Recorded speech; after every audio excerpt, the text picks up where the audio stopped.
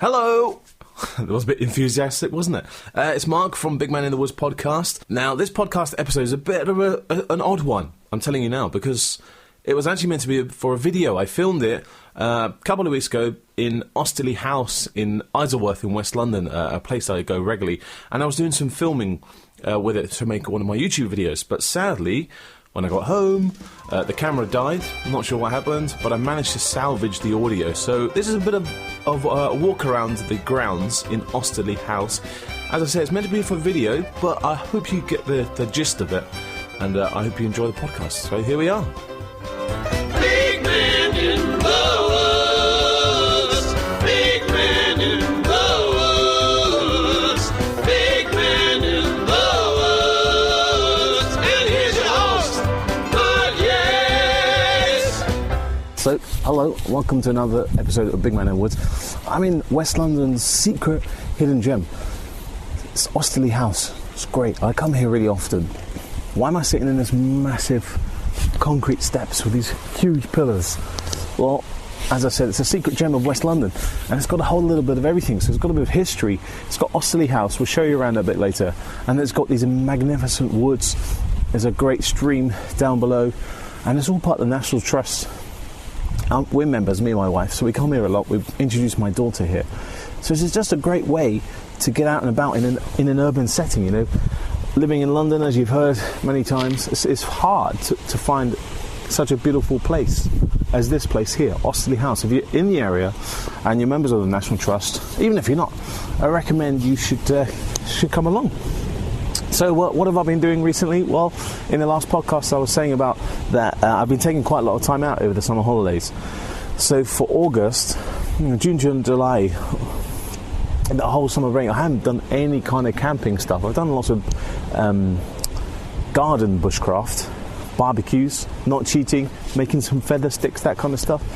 Flint and Steel, been teaching my brother-in-law how to do that, and it was a bit of a challenge. It was one of those ego things. How can we get the barbecue going without using firelighters? So we've been doing that kind of stuff. But for camping-wise, I haven't done it for a while. And like I said, I've been taking some time out just to spend with the family. It's been quite cool. So things coming up for me, a couple of weeks' time, going off to take the scouts away to our local campsite. We're going to do a dump camp. So there's going to be 14 scouts. So that's age 10.5 to 14 in another area of the scout campsite. They're going to camp all on their own. We're going to dump them off on Friday night and pick them up Sunday afternoon. Whatever they want to do, that's up to them. But we will be popping them every now and then. And then for me, we've got 6 brand new scouts, aged 10.5. None of them have been camping before. So we're going to take them under our wings, and we're going to try and teach them and introduce them into the world of camping, bushcraft, survival, that kind of stuff. Because they know what I get up to, and I wanted to learn some stuff like that. So that's kind of cool. Urban bushcraft still going crazy. That's going really well on there. If you listen to that podcast, well done. Thanks very much for that. We've just had the official give the okay that we're going to be the media partners for the Bushcraft Show 2015. So I'll be up on the main stage hosting all again. So that's really, really cool. Good news for that. Big Man in the Woods with Mark Yates. Big Man in the Woods. So here we are. We're like in the wooded area of Osterley House. So I love it. Like I say, I've been taking a sneaky half day off work today, so I'm just spending some time in the woods while I can. And it got me thinking, let's go over this way actually, about what can we do in the autumn, in the winter. I know we don't really want to talk about the winter at the moment, but we got to think about these things. And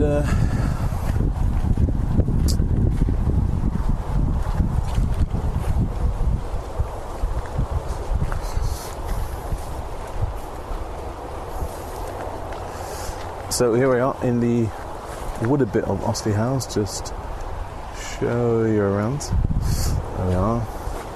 There's a garden over there. Busy at work, so we'll change path.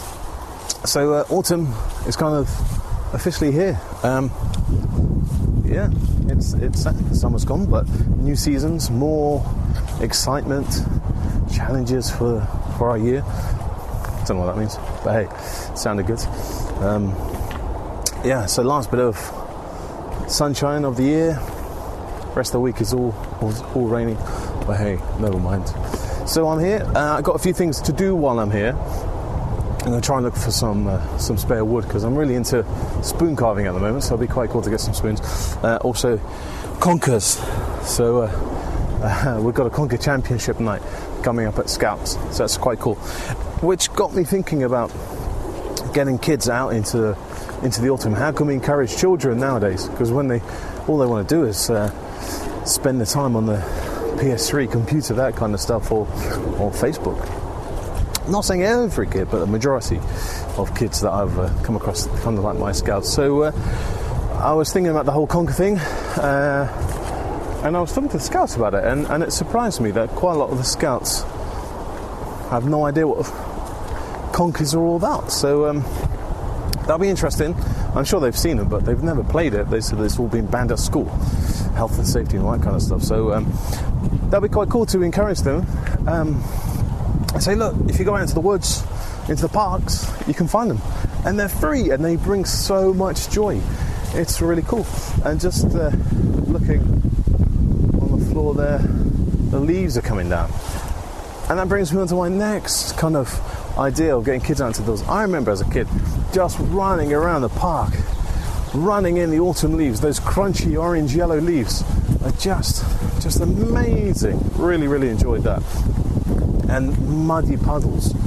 You know, mum, dad, no, don't jump in that puddle. Boom, splash. On you go. Or it's windy. I'm glad I bought my jumper. That sunshine's really deceiving, but it is. It's a chilly one here. And I'm just walking past like the open field here in Osterley House, and I was thinking just a few months ago we were here. I love that noise. The rustle of the trees. Just a few months ago, me and my wife and my daughter, we were sat in one of those deck chairs having a great summer fete here in Osterley House, and it's going to be going. Visit our website, bigmaninthewoods.co.uk. So we're now going to tackle what they call the long walk, and this is the child family would stroll along the long path, and the path which winds around the great meadow. From walk, visitors could admire Osterley House from afar. So we're going to go and do that. It's a great little walk around here. It's about kind of 45 minutes kind of that walk. So what was I talking about? Yeah, getting kids out into the woods at this time of the can be quite tricky, but conkers, that's what I was talking about, conkers this season. And then I know mushrooms, fungi, that kind of thing is a real big thing with some of the guys, but I haven't quite grasped the whole foraging thing, so I'm gonna pass on that at the moment. So not my kind of thing, but just walking around, there's loads of holly at the moment and some berries, so that's something that we can start thinking about, getting ready for Christmas decorations, getting the kids out and about, picking some holly and some berries, foraging. But it's a great time of the year to go out and about camping. And one of the good things that I like this time of the year camping is the campfire. It's more nicer, doesn't it? You get more time, because during the summer it gets dark at like 11 o'clock and we go to bed at whatever time. So campfire, it's getting dark now, kind of 4ish, 5, so that campfire gets going.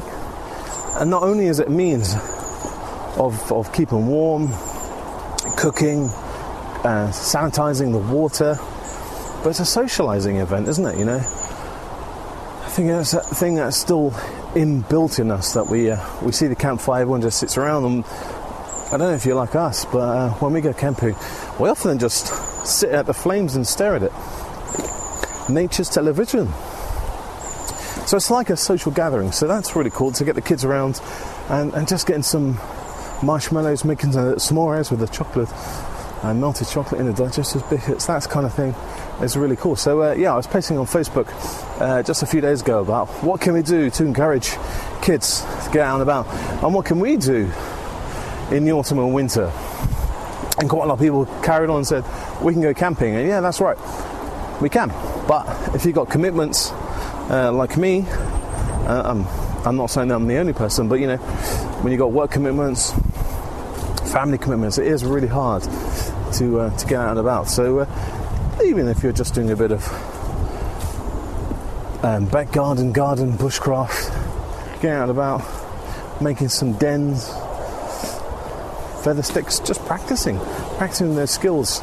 You know, just even the other day when I was watching some videos on YouTube about knots, I think, oh, that's a useful knot that can come in handy. So yeah, it's just trying to get some ideas on what we can do. Look at this colour on these leaves are just amazing. And this is one thing that is my goal in 2014, is to learn trees. Tree IDing is going to be my big thing. I don't know if this will pick up on the camera. There's an amazing spider web in there. It's great. So here, a bit of sunshine. Just loving being out in the woods. The main thing, you know, working in central London and then coming out here is just lovely. Looking at all the different trees and the plants and the foliage. It's just so cool. And then you get things like that and doing, ooh, bits of wood there, kind of useful. And other things we can talk about getting kids is making like bug houses, getting like old bits of wood and some logs, sacking them up, making a bug house for our friends. Like, you look in here and you think, cool place to make a den if I was a kid, running around. And like, I know if I was a kid, I'd be on that tree, wouldn't you?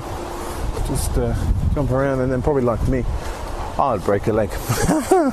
That's what normally happens to me. If it's going to happen to someone, it's going to happen to me. So what else have I been up to? Well, on Sunday night, while the wife was watching, well, flicking through, should I say, a bit of Strictly and Crap Factor, or X Factor as it's known, I settled down on the sofa to watch a brand new video from the master, Paul Kirtley from Frontier Bushcraft. As we know, he pops up a lot of videos. If you sign up to his blog, you get 23 videos about, you know, firelighting, knife maintenance, some knots, what to pack in your rucksack, what not to take in your rucksack, what to take at weekends, all that kind of stuff. But on this video, what Paul has done, he's done some amazing camera work, and I know that he's a keen photographer. But the video that he's produced is like just under an hour. I think it's like 52 minutes or something like that. And it's about two mates, Paul and Henry. You might recognise them if you had been on Frontier courses, because they're two of the instructors. Anyone behind me? It's the only thing about being in the woods, isn't it? You hear lots of noises, and you get paranoid. Hey.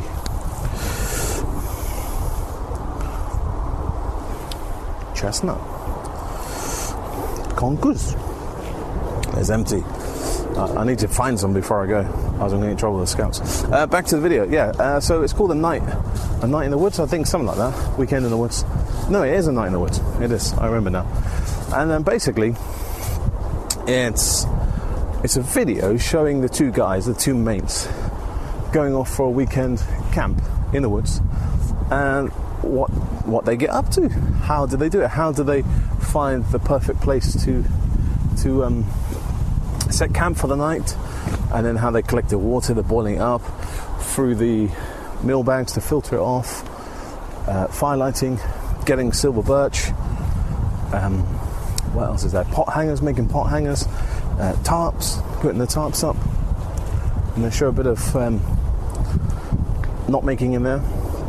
And it's just a little bit of narration from Paul, not too much, and just I think it's just enough but it's not a teaching video.